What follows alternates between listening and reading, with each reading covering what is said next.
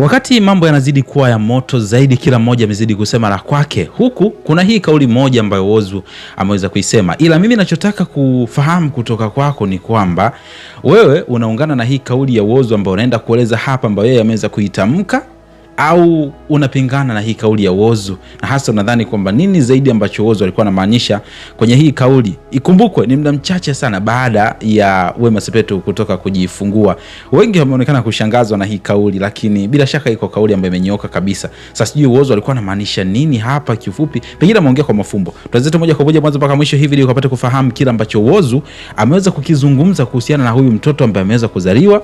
Lakini pia kuna mengi zaidi ambayo ameweza kuyazungumza ambayo sio ya muhimu sana. Mimi nimekusogezea hili hapa hivi uje kuniambia kwamba wewe una maoni gani hasa. Tuanze moja kwa moja. Ila kama ambavyo nimekuwa nikikwambia mara nyingi zaidi, kuna updates nyingi sana ambazo mimi nitakuwa nakusogezea hapa kuhusiana na kile ambacho kinazidi ku happen. Kwa hiyo ili usiweze kukosa video yote ile pale, basi onyesha upendo, bonyeza neno subscribe hapo chini ya hii video.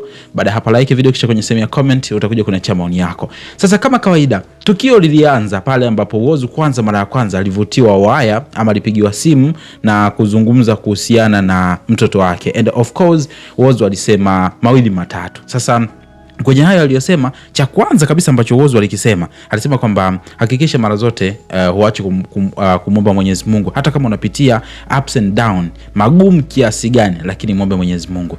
Lakini kwenye hayo yote ambayo Whozu alizungumza, pamoja na kusema kwamba hajisikii sasa hivi kuongea sana, mwisho kabisa akasema hili jambo moja ambalo anasema kwamba yeye haoni kama huyo Oli of course ni mtoto wa Wema, kama ni mtoto wake, yeye anamchukulia huyo mtoto wa Wema Sepetu kama mtoto wa taifa.